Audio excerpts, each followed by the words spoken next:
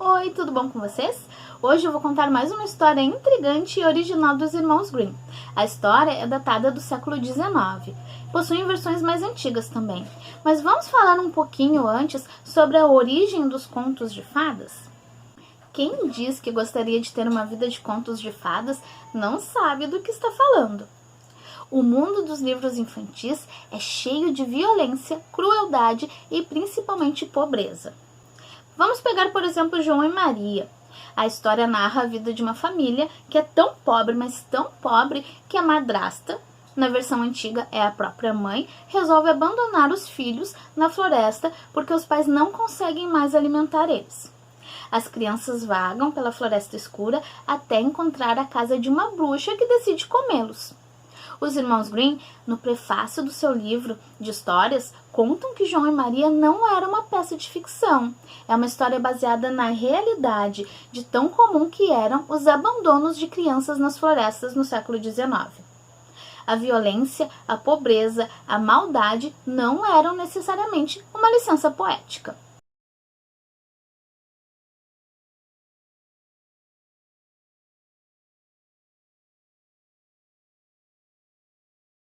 Os contos de fadas são lindos, mas sua origem vem de tempos muito difíceis da humanidade.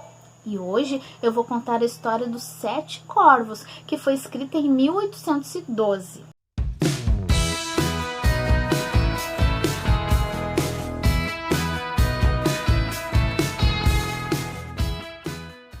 Um homem tinha 7 filhos e nunca teve uma filha, por mais que ele desejasse. Até que finalmente sua mulher lhe deu esperanças, e quando a criança veio ao mundo, era uma menina. A alegria foi enorme, mas a criança era franzina e miúda, e por causa dessa fraqueza, foi preciso que lhe dessem logo os sacramentos. O pai mandou um dos filhos ir correndo até a fonte buscar água para o batismo.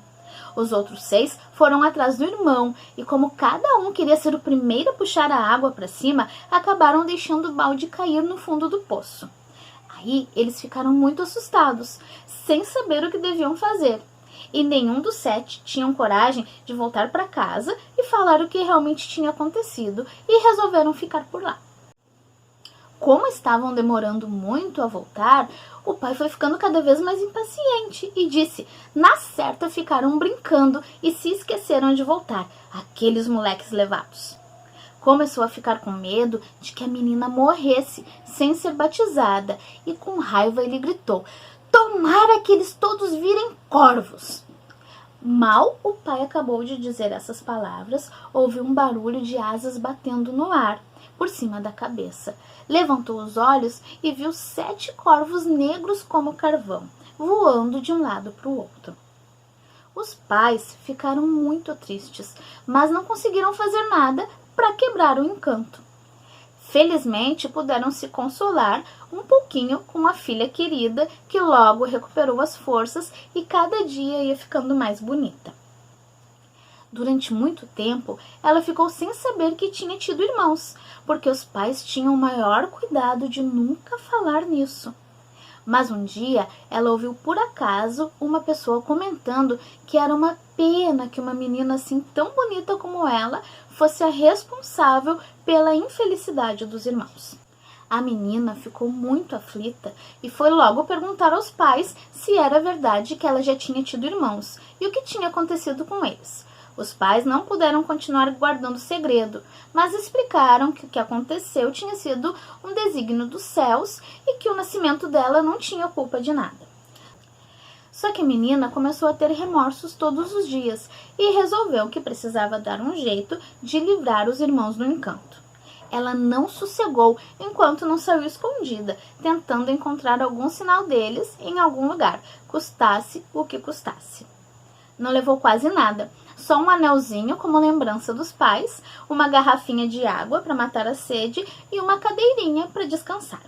Andou, andou, andou, cada vez para mais longe, até o fim do mundo. Aí ela chegou junto do sol, mas ele era quente demais e muito terrível, porque comia os próprios filhos. Ela saiu correndo, fugindo para bem longe, até que chegou junto da lua, mas a lua era fria demais e muito malvada e cruel. Assim que viu a menina, a lua disse: sinto cheiro de carne humana. A menina saiu correndo bem depressa, fugindo para longe, até que chegou junto das estrelas.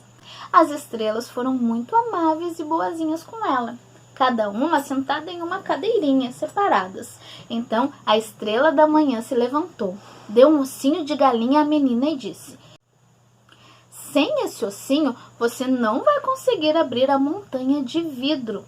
E é na montanha de vidro que estão os seus irmãos. A menina pegou no ossinho, embrulhou-o com todo cuidado num lenço e continuou o seu caminho, até que chegou à montanha de vidro. A porta estava bem fechada, trancada com chave, e ela resolveu pegar o ossinho de galinha que estava guardado no lenço. Mas quando desembrulhou, viu que não tinha nada dentro do pano e que ela tinha perdido o presente que as boas estrelas tinham dado. Ficou sem saber o que fazer. Queria muito salvar os irmãos, mas não tinha mais a chave da montanha de vidro. Então, a boa irmã pegou uma faca e cortou fora o dedo mindinho.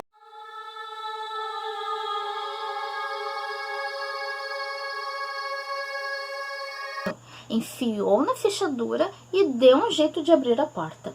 Assim que entrou, um gnomo veio ao seu encontro e lhe perguntou: minha filha, o que você está procurando? Eu procuro os meus irmãos, os 7 corvos, respondeu ela. E o gnomo então disse: os senhores corvos não estão em casa, mas se quiser esperar até que eles cheguem, entre e fique à vontade. Lá em cima, o gnomo pôs a mesa para o jantar dos corvos, com 7 pratinhos e 7 copos. A irmã então comeu um pouco da comida de cada prato e bebeu um gole de cada copinho. Mas no último, deixou cair o anelzinho que tinha trazido. De repente, ouviu no ar um barulho de gritos e batidas de asas, e então o gnomo disse: são os senhores corvos que estão chegando. Eram eles mesmos, com fome e com sede. Foram logo em direção aos pratos e copos, e um por um foram gritando: quem comeu no meu prato?